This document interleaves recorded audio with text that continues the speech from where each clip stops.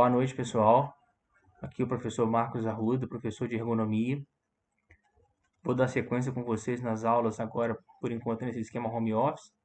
Vou gravar aqui sempre as aulas, sempre um conteúdo interessante, sempre um conteúdo muito didático, com material ilustrativo, para que a gente consiga dar sequência no material. Esse material é um material que eu já ia apresentar ele na sala de aula, não foi nada pensando ou adaptado, já é um material mesmo que era um material que eu passo sempre para os alunos. Então, pessoal, eu queria apresentar para vocês hoje, a gente vai fazer isso por partes. Então, a gente vai começar uma parte, vai ter algumas aulas em cima disso, depois a gente vai ter alguns trabalhos mais para frente. Mas o principal ponto que a gente vai ver hoje é sobre a questão do levantamento e do transporte manual de peso. Lembrando que é uma pergunta que muita gente faz, muito funcionário, sempre que você vai numa empresa que tem esse risco de levantamento e transporte manual de peso, muita gente pergunta qual o limite que ela pode levantar. Eu já falei isso algumas vezes na sala de aula, só que é sempre importante reforçar e mostrar aquilo que eu sempre falo, um embasamento legal em cima daquilo que a gente está falando. Até vou disponibilizar a tela aqui com vocês, ó. É um artigo da CLT, é o artigo 198 da CLT. Tá vendo aqui em cima, ó? Lembrando que a CLT ela tem 920 artigos. Nem todos estão relacionados com saúde e segurança do trabalho. Só que esse artigo 198 ele fala isso, ó. Ele fala que o artigo 198 é o seguinte: é de 60 quilos, 60 quilogramas, o peso máximo que o empregado pode remover individualmente, ressalvadas as disposições especiais relativas ao trabalho do menor e da mulher. Então, pessoal, o que dá a entender com isso? É muito peso que a CLT permite que um trabalhador levante. A NR17 não especifica nenhum número, o anexo 1 da NR17 também não, o anexo 2 que fala de call center muito menos, o manual de ergonomia que deveria falar também não fala. Então, a gente tem a NIOSH que fala que deveria ser bem menor, um limite bem menor, só que é uma norma internacional. A lei nacional fala isso. Só que não é recomendado, em hipótese alguma, deixar um trabalhador carregar 60 quilos individualmente. Para você ter noção, um saco de cimento, que é um peso absurdo, é 50 quilos. Então, 60 quilos, poxa, 10 quilos a mais, é algo impensável. É mais do que um saco de farinha, por exemplo, que esse pessoal aí que trabalha carregando saco de farinha para padaria, é muito peso.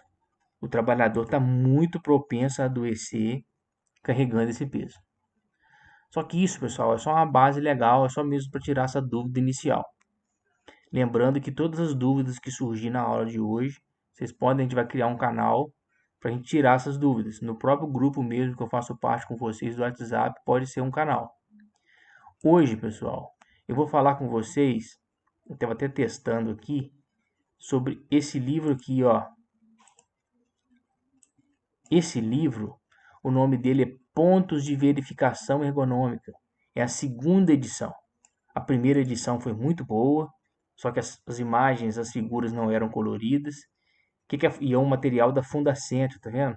Se vocês entrarem no site do Ministério do Trabalho e Emprego, antigo, né? Ministério do Trabalho e Emprego. Hoje, o Ministério do Trabalho e Emprego é uma Secretaria do Trabalho vinculada ao Ministério da Economia.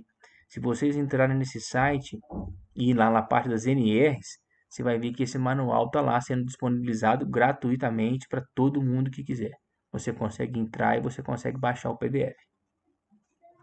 É um material muito bom, é um material que todo técnico de segurança tem que ter, é um material que é referência em ergonomia para o técnico de segurança do trabalho. Eu aconselho que todo mundo tenha esse material, portanto, eu vou até enviar ele, terminando essas aulas, eu vou enviar ele por e-mail, para que todo mundo tenha acesso, para que todo mundo, futuramente, quem quiser imprimir, vale a pena. O número, muitas páginas, você pode reparar que 346 páginas. Futuramente você pode, pelo PDF, filtrar o que te interessa, o que menos te interessa. Mas é um material que vale a pena ter. Como que eu preparei essas aulas, pessoal? Não tem como a gente ler, não tem como a gente ir página por página. Vocês podem reparar aqui embaixo, ó, que o livro é interessante a visão desse livro. Estou passando mais rápido aqui porque não é esse conteúdo que interessa para gente. Ele fala sobre vários pontos. Tem aqui o sumário dele que vai falando todos os pontos importantes. Esse primeiro a gente vai falar sobre o levantamento manual. E esse livro, o que consiste basicamente? Por que ele é tão interessante e tão utilizado pelos profissionais de SST? Tem aqui um checklist muito legal, ajuda também a te dar uma noção. Mas ele é assim, ó, ele fala sobre vários pontos de verificação. É o nome da capa do livro, né? Então hoje fala sobre armazenagem, manipulação e armazenagem de materiais. Então todo ponto de verificação tem um problema ergonômico, tem o porquê aquilo é um problema, tem os riscos que aquilo causa, tem como resolver, que é muito legal, tem mais algumas dicas e tem pontos para recordar. A gente vai focar, pessoal, mais nas fotos, mais nas figuras do livro, porque eu vou passar a minha explicação, vou passar a minha visão da ergonomia em relação a essas fotos, e essa explicação vai ser material cobrado em trabalho, cobrado em prova. Então, desse livro, a primeira página que eu vou começar a cobrar de vocês é a página 45. Reparem que nessa figura, pessoal, depois, quem quiser, eu vou passar o livro, pode até vir aqui em cima na explicação. Eu estou fazendo um resumo, pegando os pontos mais importantes de cada figura e resumindo, para a gente conseguir ver esse livro todo dentro desse conteúdo de sala de aula. Mas depois, quem quiser vir aqui e passar com calma item a item, vale a pena. Essa figura aqui, pessoal, mostra a importância da sinalização. Como que é importante ter um ambiente de trabalho sinalizado. Você pode reparar, olha, que a empresa é uma empresa que tem uma empilhadeira e a área de armazenagem e a área de trânsito da empilhadeira tem que estar bem sinalizada. Por que isso? Porque é perigoso daqui a pouco ter pallet, ter caixa no local de passar a empilhadeira, é perigoso ter gente transitando, distraído, então é importante estar bem sinalizado, não só permite um trânsito fluido nos dois sentidos, como também evita acidentes. A função da sinalização no ambiente de trabalho não só é melhorar a produtividade, como também evitar acidentes. Então, primeira dica, separar a área de armazenagem da área de transporte. Eu sempre falo com vocês, a NR que fala sobre a sinalização é a NR 26. Sinalização é algo muito barato, é algo muito simples de ser feito, não tem desculpa, na verdade, para não se fazer e gera um resultado. Lembra sempre que a sinalização de uma empresa é o seu cartão de visita. Nessa foto aqui, olha, você pode reparar que tem sinalização de saída, tem sinalização de escada, sinalização do piso. Tudo isso é importante. Não mostra aqui, mas tem sinalização de extintor. Tudo isso é algo que o técnico de segurança tem que valorizar. A segunda página, pessoal, que vai ser cobrado, vai ser a página 47. A página 47 fala do espaço que é importante nessas áreas de circulação. Por exemplo, se é um corredor que vai transitar duas pessoas, é o ideal que eu tenha aqui, olha, 1,25 m de espaço. Se vai transportar dois carrinhos, no mínimo 1,50 m. Tá vendo? Além da sinalização, é importante ter o espaço. Se a gente quiser ir mais longe, por exemplo, Marcos, pensando na ergonomia de concepção, eu sei que a minha empresa até o final do ano já quer comprar uma empilhadeira. Eu já deixo o espaço, então, para um trânsito de empilhadeira. Já sinalizo a empresa pensando nesse investimento futuro que vai ser feito.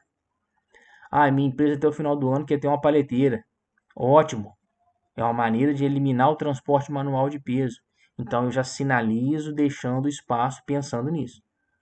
Uma empilhadeira, por exemplo, eu já tenho que fazer uma obra, tudo que for feito, eu já tenho que deixar o espaço, o tamanho das portas, o tamanho das entradas e saídas, espaço proporcional ao trânsito dessa empilhadeira. O nome disso é ergonomia de concepção.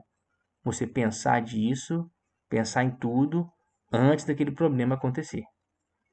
Então, pessoal, depois da página 47, a gente vai pular lá para a página 51. A página 51 mostra que sempre que puder, a empresa deve dar preferência para rampa ao invés de escada. Então, o que acontece? Poxa, então, Márcio, então tem escada na minha empresa, eu devo acabar com tudo, mas tem escada que é íngreme demais, que eu não consigo, beleza. A escada que você não conseguir trabalhar, que você não conseguir transformar em rampa, a gente tem que sinalizar, a gente tem que colocar aquele piso antiderrapante, a gente tem que colocar corrimão, a gente tem que deixá-la bem iluminada. Todos os itens de segurança é importante ter na escada. Se eu não conseguir transformá-la em rampa. Se eu conseguir, se for viável, eu devo transformar toda a escada em rampa. Isso favorece, do ponto de vista da armazenagem de materiais e levantamento de peso. Isso favorece o funcionário deslocar com o carrinho, o funcionário deslocar com a paleteira, o funcionário futuramente deslocar com a empilhadeira. Isso favorece o desgaste físico do funcionário subir manualmente, carregando uma caixa numa rampa. O esforço físico é muito menor do que ele subir uma escada, do ponto de vista da produção. Do ponto de vista legal, para atender, né, aquela cota de deficientes nas aulas de medicina do trabalho, eu falo muito com os alunos sobre isso, que a gente sabe que tem uma lei que fala que todas as empresas, a partir de 100 funcionários, ela tem que começar a cumprir uma cota de deficientes. É uma lei antiga, que já tem mais de 20 anos, mas que agora estão começando, a fiscalização está começando a tirar do papel. Então tem muita empresa que está tendo que atender cota de deficiente. Como que a sua empresa contrata um funcionário que tem dificuldade de locomoção, que tem dificuldade, que não consegue andar às vezes, que é um cadeirante, sendo que a sua empresa não tem rampa, não tem elevador, não tem uma rampa? Isso também tem que ser pensado. A rampa favorece isso tudo. Então, sempre que puder, dê preferência à rampa ao invés de escada. Falou em levantamento de peso, então é essencial que isso seja atendido. Depois da página 51, pessoal, a gente vai para a página 55.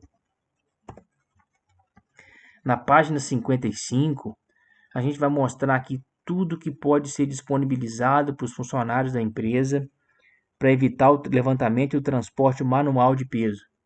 Aqui em cima a gente tem um carrinho, que é um carrinho muito utilizado pelo pessoal de transporte de bebidas. A gente vê esse carrinho aqui direto nas ruas. Aqui a gente tem a paleteira que eu estou falando com vocês. Aqui a gente tem um carrinho para transportar um tambor. Aqui embaixo a gente tem essa esteira de rolos, que é uma esteira que facilita muito, porque o funcionário não tem que ficar transitando de um lado para o outro. Ele consegue ganhar em produção e não esforçar tanta coluna. A esteira de rolos faz esse trabalho. Aqui nós temos um carrinho adaptado, próprio para carregar colunas ou de cimento ou de ferro. Então, como é algo muito extenso, é um carrinho adaptado para isso. E aqui embaixo, pessoal, essa última figura mostra um carrinho que foi adaptado colocando rodinhas. Qual é a vantagem disso? Você consegue transitar, é um carrinho que você consegue deslocar ele em vários pontos sem ter que levantar o peso que está dentro dessas caixas, dessas gavetas, toda hora. A vantagem de ter um carrinho adaptado assim é muito grande. Outra figura, outra página que a gente vai agora é a página 57. Olha, pegando essa mesma linha de raciocínio, esse carrinho com esse gaveteirozinho aqui, pessoal, é um carrinho muito usado em almoxarifado, é um carrinho muito usado em manutenção, é um carrinho muito usado em fábrica de móveis, que tem que ter um conjunto muito grande de parafusos. Então, tem diferentes parafusos de acordo com a espessura da madeira. Esse carrinho aqui, ó, evita que fique... primeiro ponto, né? Evita desorganização. Não fica nada jogado no chão. Segundo, ele evita que o funcionário fique levantando peso. Você transporta o carrinho para um lado e para o outro, fica muito mais fácil.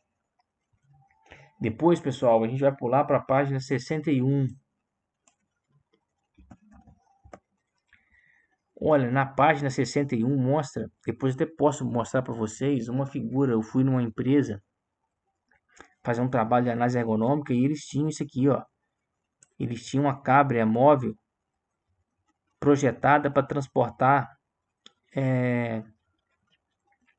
como é que chama, gente? Foi projetada para transportar transformador. A empresa fazia um trabalho, ela produzia esse transformador, disso que a gente vê nesses postes de luz. É algo muito pesado, é algo difícil de transportar. E ela fez uma cabra dessa aqui projetada dentro da própria empresa. Poxa, mas a empresa. Aí você fala assim, poxa, Marcos, mas a empresa era uma empresa que não tinha condições de ter uma paleteira, não tinha condições de ter uma empilhadeira. Não, pelo contrário, ela tinha isso tudo.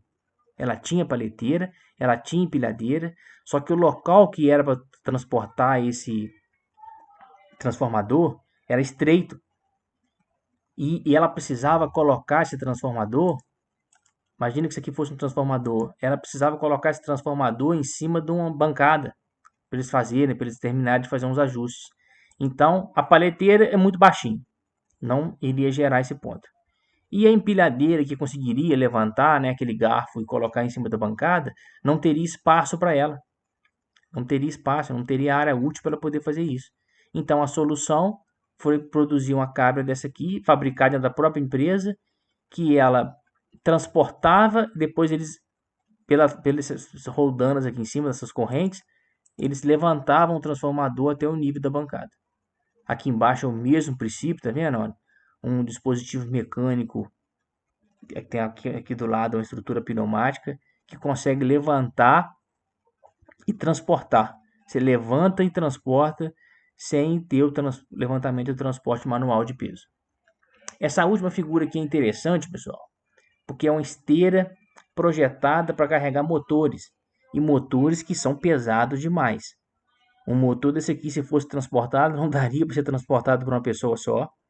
Eu teria que disponibilizar aqui talvez 2 ou 3 funcionários, passar aqui talvez um ferro por dentro do motor, outra pessoa segurar do outro lado, seria algo, olha só, eu teria que disponibilizar 2, 3 pessoas para isso. Desse jeito, tem uma figura aqui embaixo, olha, quer ver? A página 63 mostra essa figura aqui até num ângulo melhor, quer ver?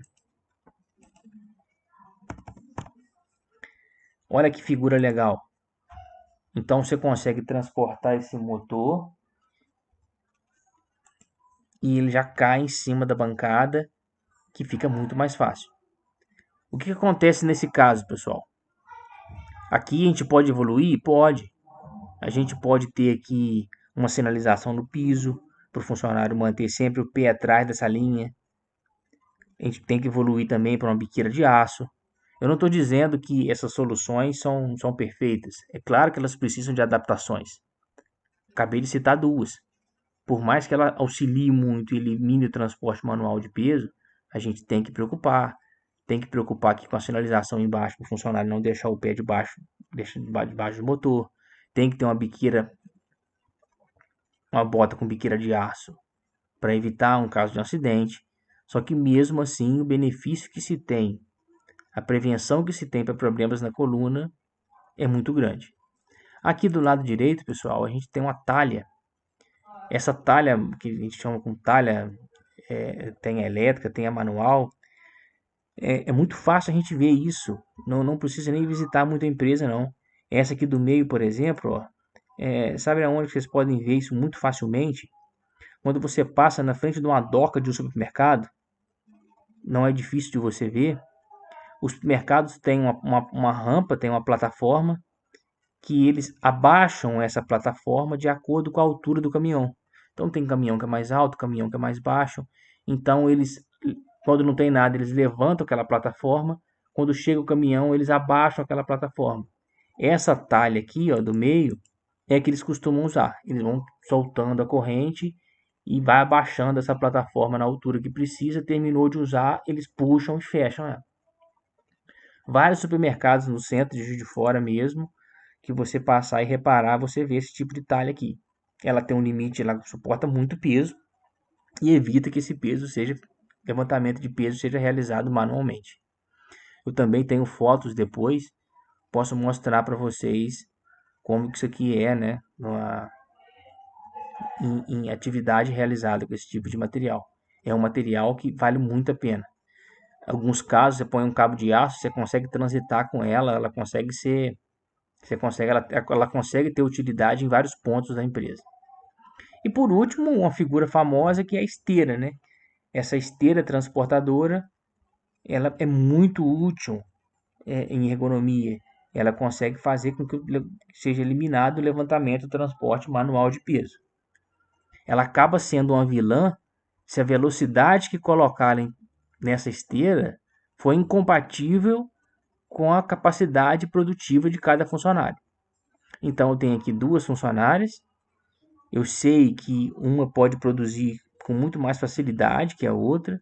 Tem a questão da idade, tem a questão fisiológica, tem várias questões envolvidas nisso.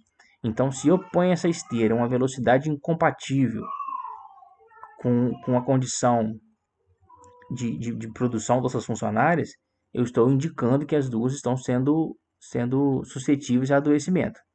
Algo positivo aqui, que o controle, pode reparar que o controle de acionamento e parada cabe à funcionária.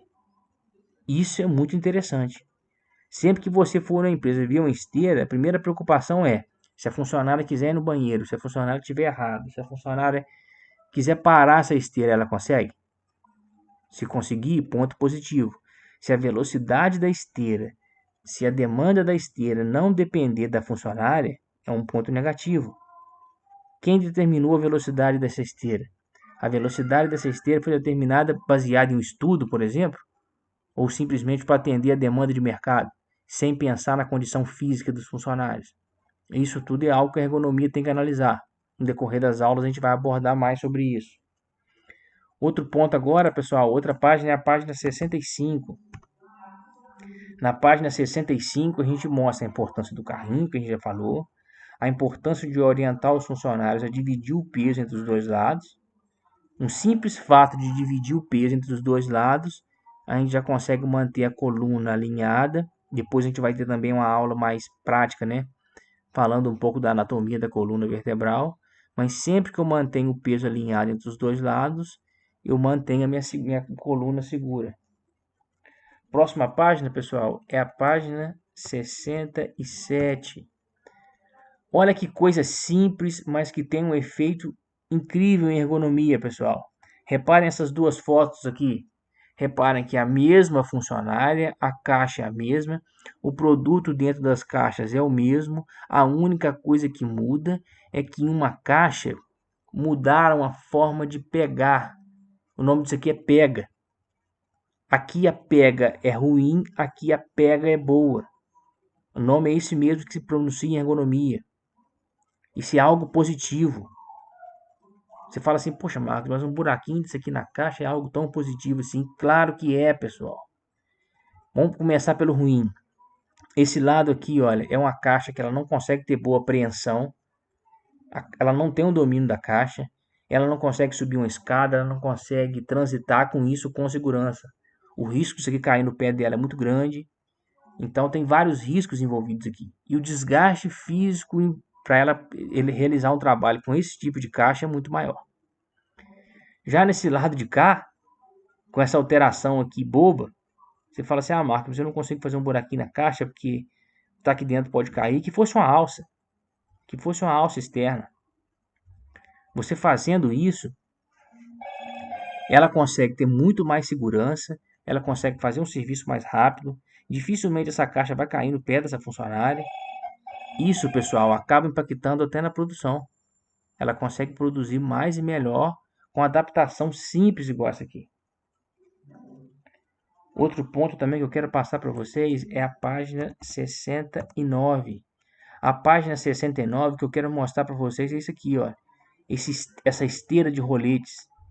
Essa esteira de roletes é algo perfeito, porque é algo que não é muito caro, é algo que você consegue já comprar pronto no mercado e você consegue eliminar o levantamento, o transporte manual de peso com isso. Esse carrinho aqui, esse modelo de carrinho que mostra aqui embaixo, é um modelo de carrinho pneumático. Podem reparar que esse modelo de carrinho, à medida que está muito pesado, aqui tem um pistão pneumático. À medida que ele está muito pesado, ele está baixo. Ele abaixa e fica aqui embaixo. À medida que o funcionário vai pegando as caixas de cima, que está sempre na altura da linha do quadril, esse pistão vai identifica que está ficando mais leve e ele começa a elevar. Então, quando ele começa a pegar a última carreira de caixa, você pode ver que ele está lá em cima. Eu também tenho foto disso aqui, depois vou disponibilizar para vocês. É muito legal esse tipo de material e não é nada muito caro. Você pode falar assim, poxa, Marcos, mas isso aqui é coisa de cidade grande, não. Empresa em Juiz de Fora, no Distrito Industrial, tem desse carrinho. É algo muito legal. É algo que só os problemas que você consegue evitar com isso, de saúde, esse carrinho se paga em pouco tempo. Outro ponto agora, pessoal, a gente está entrando na reta final. Página 71. Olha também, ó, ao se levantar peso, é importante que a coluna esteja alinhada. Eu tenho que conseguir manter as caixas próximas do meu corpo. Então, olha, às vezes a caixa não é nem tão pesada, mas o fato dessa bancada aqui estar atrapalhando esse funcionário torna o trabalho penoso, né? Ele tem que tirar a coluna aqui do encosto da cadeira. Daqui a pouco ele começa a usar a cadeira como um tamborete. Tudo isso começa a prejudicar porque essa bancada está inadequada. É importante sempre estar acompanhando e analisando o conjunto da obra. E aqui embaixo tem, pessoal, uma mesa elevatória. Tem um carrinho e tem a mesa. Essa mesa aqui é o mesmo princípio, só que está com uma foto com um ângulo melhor. Tá vendo? Vai tirando as caixas de cima, ele vai identificando que está mais leve e vai subindo. Botou caixa, ele vai abaixando. É muito legal esse tipo de material aqui, porque é de fato de um benefício muito grande para os funcionários. Ainda mais se ele levanta peso com muita frequência. Outra página agora, pessoal, é a página 73. Isso aqui mostra a importância do treinamento, tá vendo? A importância de ensinar o funcionário a flexionar o joelho e manter a coluna reta. A importância de pegar o produto da maneira correta, de dobrar o joelho. Depois eu vou passar para vocês nas próximas aulas como que a gente deve fazer esse treinamento, qual o caminho que a gente deve ir para a gente conscientizar esses funcionários da maneira correta. Por isso que é importante a gente entender bem, saber muito bem desses problemas. E o último ponto que eu vou mostrar para vocês, pessoal, é a página 75. A página 75 mostra a importância do rodízio. O que seria o rodízio? Para falar que é rodízio, né? A palavra rodízio, tem muita gente que fala, o cara faz rodízio, faz rodízio. Para o rodízio ser eficiente, eu tenho que alternar um trabalho pesado com trabalho leve. Aí sim é um rodízio eficiente. Porque se o cara faz um trabalho pesado de manhã, vai para outro setor de tarde e faz um trabalho mais pesado, ou igual que ele fez de manhã, não tem rodízio. Isso não adianta. Rodízio não se faz de função e outra função. Rodízio se faz entre uma atividade que tem risco para uma atividade que não tem risco. Isso é o conceito de rodízio. Isso é o que a gente conhece como rodízio biomecanicamente eficiente. Se eu conseguir alternar uma atividade pesada com uma atividade leve, está perfeito. Está perfeito. É tudo que a gente quer em ergonomia. O tempo que o funcionário fica nessa atividade mais leve é o tempo que ele precisa para recuperar o corpo e para depois não adoecer. Então, pessoal, hoje a gente vai parar por aqui.